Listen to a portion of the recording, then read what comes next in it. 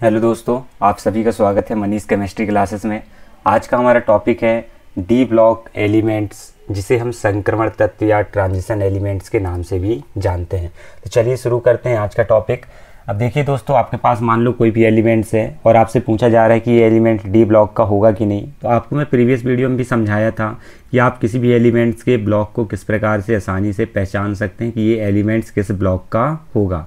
देखिए दोस्तों, यहाँ पे लिखा हुआ है डी समूह के तत्व वे तत्व होते हैं जिसमें अंतिम इलेक्ट्रॉन उसके डी सबसेल या डी उपकोष में भरा जाता है।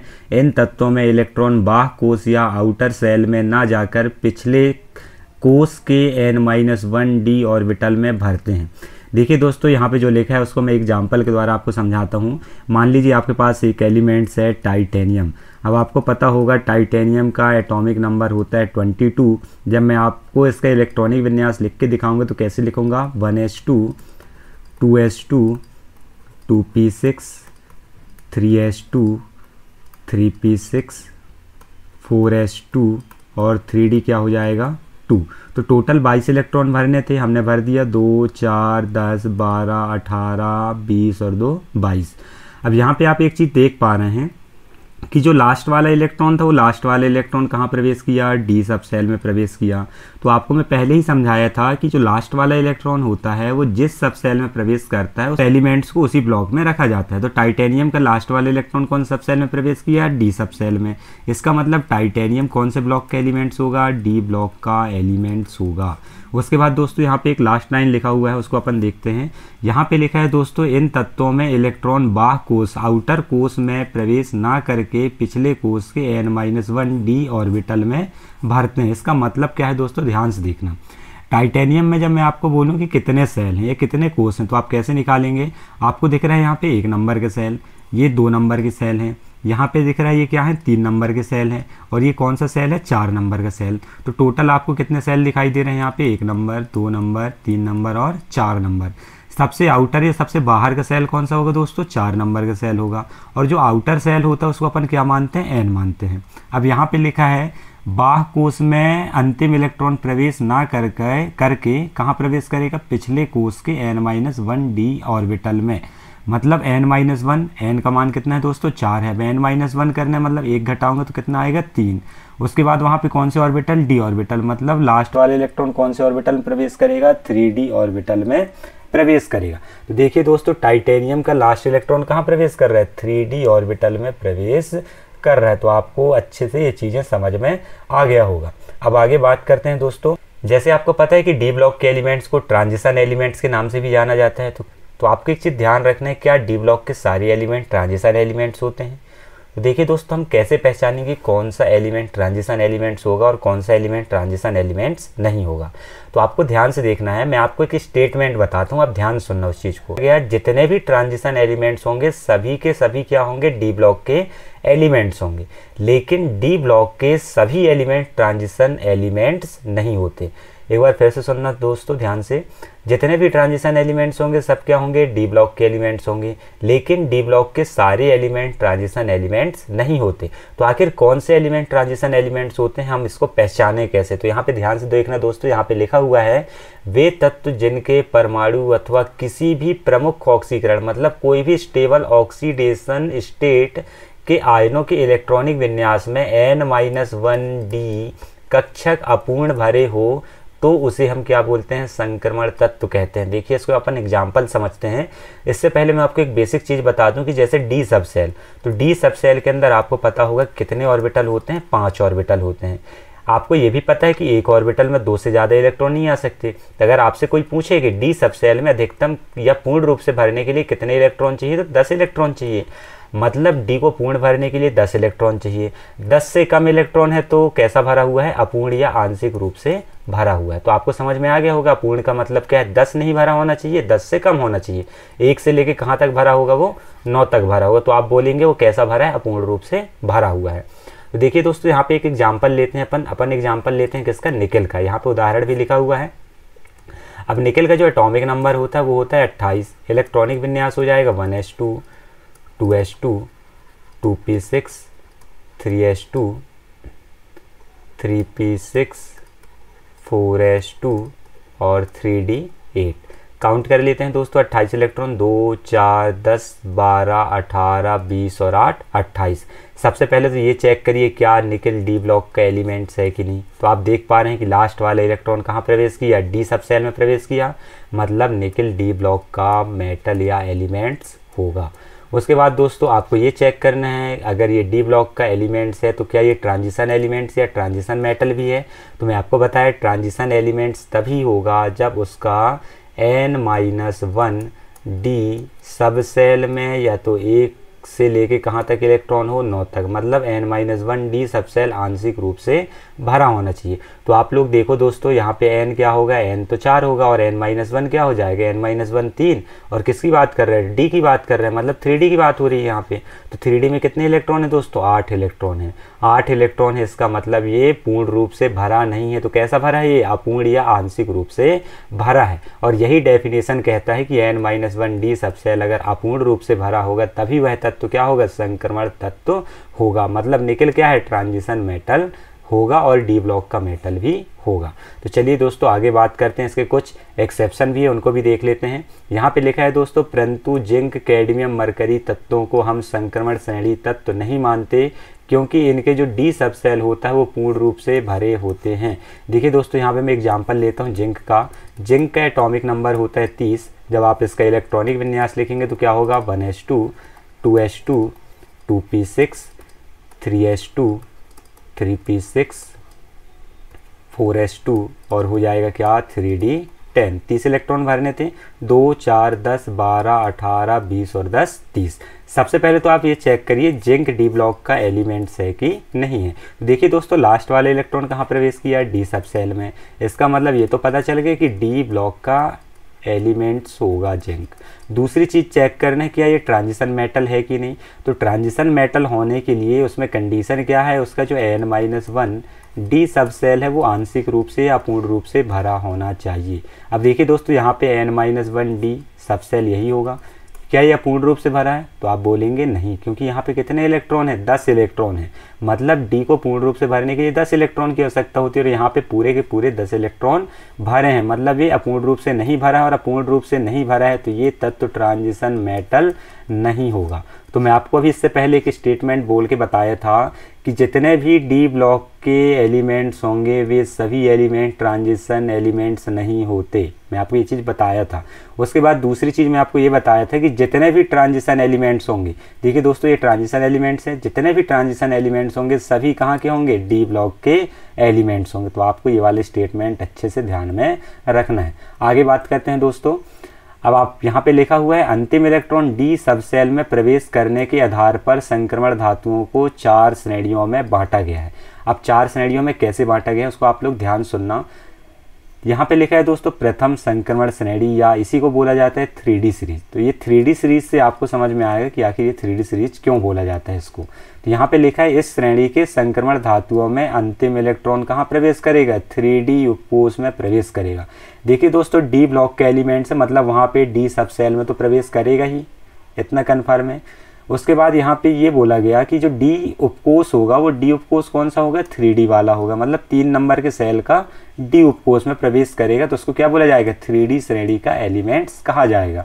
यहाँ पे लिखा है 3D उपकोष में प्रवेश करता है तथा इसका सामान्य इलेक्ट्रॉनिक विन्यास होगा दोस्तों 3D। और डी में 1 से लेके 10 इलेक्ट्रॉन आ सकते हैं और 4s में 1 से लेके 2 इलेक्ट्रॉन आ सकते हैं। होता है इस श्रेणी में स्कैंडियम से लेके कहाँ तक के तत्व आते हैं दोस्तों, जिंक। स्कैंडियम का एटॉमिक नंबर होता है 21 और जिंक का होता है 30। तो टोटल तत्वों की संख्या कितनी हो जाएगी, टोटल तत्वों की संख्या हो जाएगी 10। इसे प्रथम संक्रमण श्रेणी या फर्स्ट ट्रांजिशन सीरीज भी कहते हैं। अब यहाँ पे एक एग्जाम्पल लिखा है दोस्तों, ध्यान से देखना आप लोग। स्कैंडियम का एटॉमिक नंबर है 21। इलेक्ट्रॉनिक विन्यास आप कुछ इस प्रकार से लिखेंगे 1s2 2s2 2p6 3s2 3p6 3d1 4s2। अब देखिए यहाँ पे जो लास्ट वाला इलेक्ट्रॉन है वो कहाँ प्रवेश किया, 3D में प्रवेश किया। तो इतना तो आपको पता चल रहा है कि डी सब सेल में प्रवेश कर रहा है, मतलब ये डी ब्लॉक का होगा।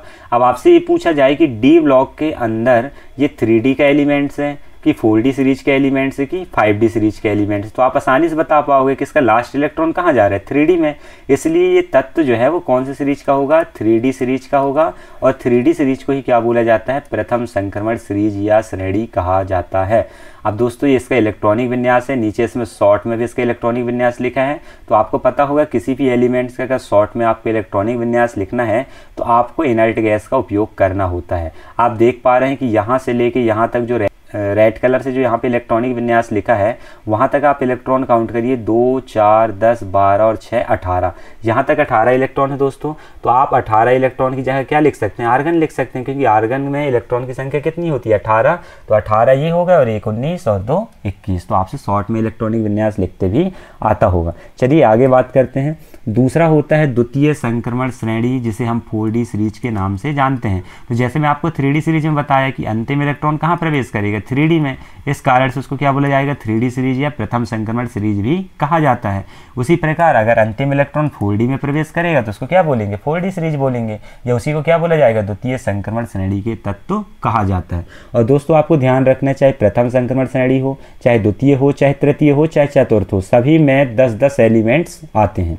तो यहाँ पे लिखा है इस श्रेणी में संक्रमण धातुओं में अंतिम इलेक्ट्रॉन कहाँ प्रवेश करता है, 4D उपकोष में प्रवेश करता है, तथा इसका सामान्य इलेक्ट्रॉनिक विन्यास क्या होगा दोस्तों, 4D 1 से 10 तक होता है और 5s 0 से 2 तक। दोस्तों यहाँ पे आपको ध्यान रखना है कि जो 5s है उसमें 0 से लेके 2, मतलब 5s में 0 इलेक्ट्रॉन भी हो सकता है। ये इंपॉर्टेंट चीज़ है, आपको मैं जब सेकेंड ट्रांजिशन सीरीज बताऊंगा तब वहाँ पे बताऊंगा कि किस एलिमेंट्स में 5s में 0 इलेक्ट्रॉन भी होता है करके। उसके बाद यहाँ पे लिखा है इस श्रेणी में इट्रियम से लेके कैडमियम तक के तत्व रखे जाते हैं। कुल तत्वों की संख्या कितनी है, 10। इसे द्वितीय संक्रमण सीरीज या सेकेंड ट्रांजिशन सीरीज कहा जाता है। यहाँ पे दोस्तों एक एग्जांपल लिखा है इट्रियम का। इट्रियम का एटॉमिक नंबर है 39। इलेक्ट्रॉनिक विन्यास लिखा है दोस्तों, तो आप देखेंगे इस इलेक्ट्रॉनिक विन्यास में लास्ट वाला इलेक्ट्रॉन कहाँ प्रवेश करता है, 4D सब सेल में प्रवेश करते हैं। इस कारण से इसको कहाँ रखा जाएगा, 4D सीरीज में। और 4D सीरीज को ही क्या बोला जाता है, द्वितीय संक्रमण सीरीज के तत्वों के नाम से जाना जाता है।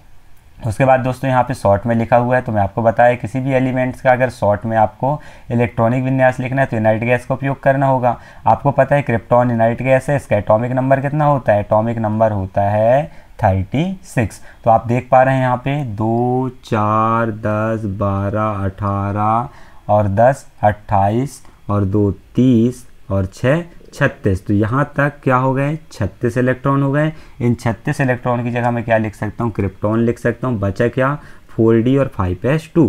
तो 36 और 1 37 और 2 39। तो आप इस प्रकार से शॉर्ट में आसानी से लिख सकते हैं। आगे बात करते हैं दोस्तों तृतीय संक्रमण सीरीज, जिसे हम 5D सीरीज के नाम से जानते हैं। तो जैसे हमने पीछे देखा कि अंतिम इलेक्ट्रॉन 3D में प्रवेश करेगा 3D सीरीज, 4D में प्रवेश करेगा तो 4D सीरीज। उसी प्रकार से अगर अंतिम इलेक्ट्रॉन 5D सब सेल में प्रवेश कर रहा है तो उसे कहाँ रखा जाएगा, 5D सीरीज में रखा जाता है, जिसे अपन तृतीय संक्रमण श्रेणी के नाम से जानते हैं।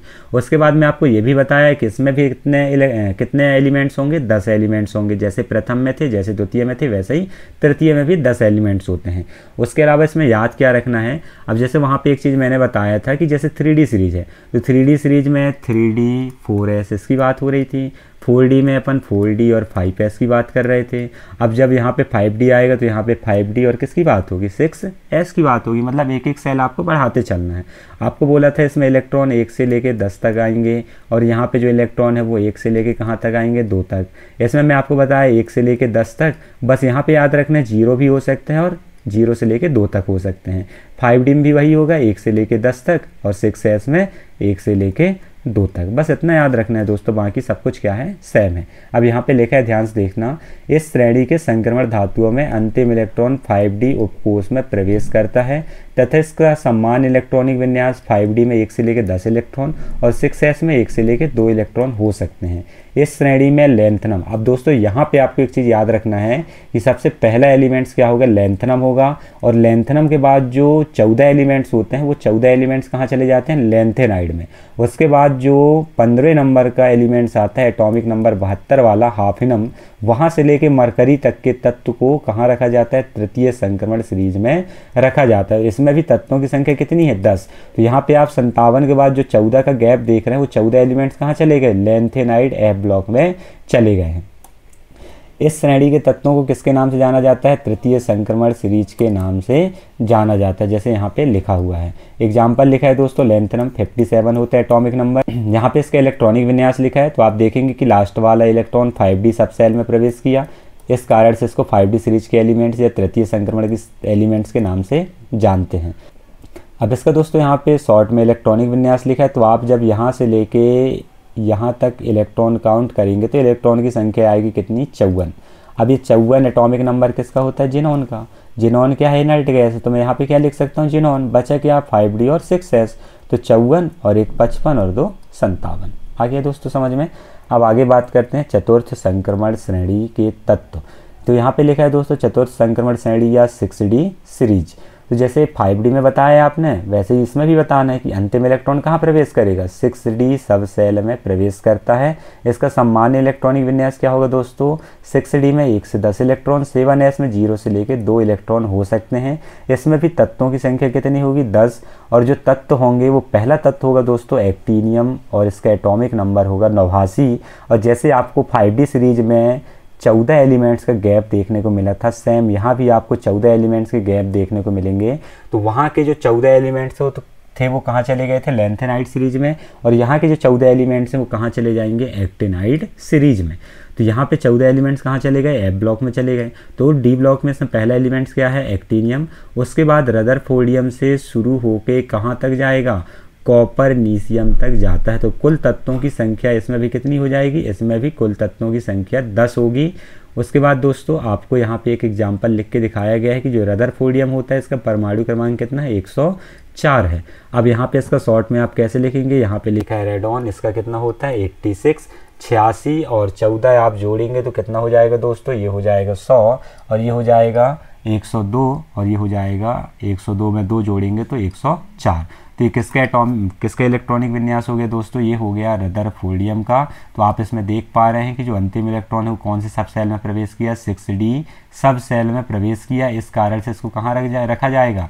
6d सीरीज में रखा जाएगा, जिसे हम चतुर्थ संक्रमण श्रेणी के नाम से जानते हैं। तो दोस्तों आपको आज का टॉपिक समझ में आया होगा। अगर कोई दिक्कत है तो आप कमेंट सेक्शन में लिख सकते हैं। मिलते हैं नेक्स्ट वीडियो में, तब तक के लिए बहुत बहुत धन्यवाद।